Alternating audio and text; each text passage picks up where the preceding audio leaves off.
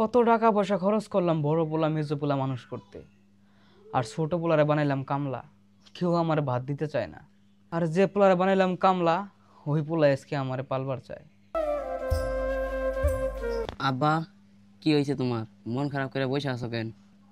ভাবতাছি রে বাজান, যাকে এত কষ্ট করে মানুষ করলাম, নিজে না খাইয়া ওদের খাওয়াইতাম, সেই পোলাহানগুলা আজকে আমার লাত্তি দিয়ে বাড়ি থেকে বাইর করে দিল। তোর কাছে আয়া আশ্রয়টা পাইলাম। আব্বা, তুমি কোনো চিন্তা করো না। আমার শরীরে যতদিন রক্ত মাংস আছে আমি তোমারে ফালামো না। বাজান, অন্য একদিন তো তোর এনুকা থাকলাম, এখন তোর বড় ভাই ওইখান থেকে যাইয়া ঘুরে আসি গা।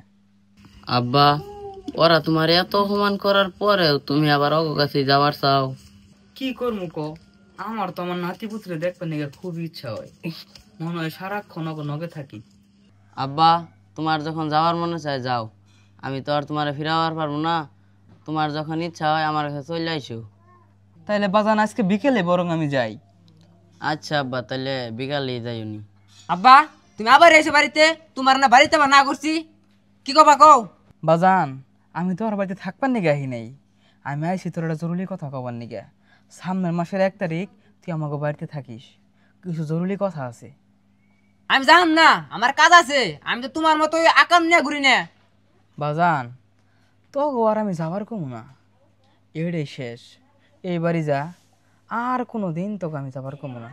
আচ্ছা যাও তুমি, আমি সবাই মিলে যামুনি। আরে পোলাইবান, যাগো ভালোবাসা জীবনের সম্পূর্ণ অর্জন দিয়া দিলাম, তারা আজকে আমার নাকি কুকুর নালা ব্যবহার করে। আপনারা কেউ আমার মতো ভুল করেন না, আফসোস করবেন তাইলে।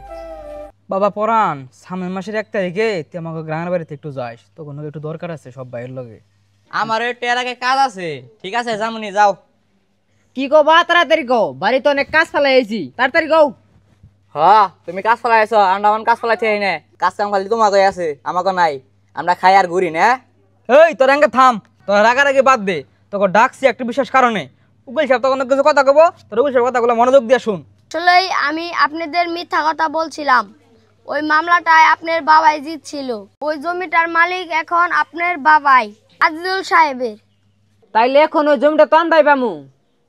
তা ওই জমির মার্কেট ভ্যালু এখন কত?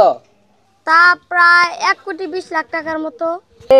এখন আর ওই জমিটা বেচবো না, আর আমি হইলাম বাড়ির বড় পোলা, আর ওই সামনের পলটটা আমি নিমু। সব জায়গায় তুমি বাড়ির বড় বলা করতে করতে বালা বালা জমি তো সব তুমি নিছ। এই তোরা থাম, তোর কয়টা কথা কই। আমি আর উকিল সাহেব মিলে সম্পূর্ণ নাটকটা সাজাইছি তোদেরকে পরীক্ষা করার জন্য। তোর আসলে আমার কতটুকু ভালোবাসোস না আমার জমি জায়গাটা ভালোবাসোস সেটা দেখার জন্য আমার পরীক্ষা করা শেষ। আমি সিদ্ধান্ত নিয়েছি আমার জমি জায়গা যা কিছু আছে সব কিছু আমি আমার ছোটো পোলারে দিয়ে দিব।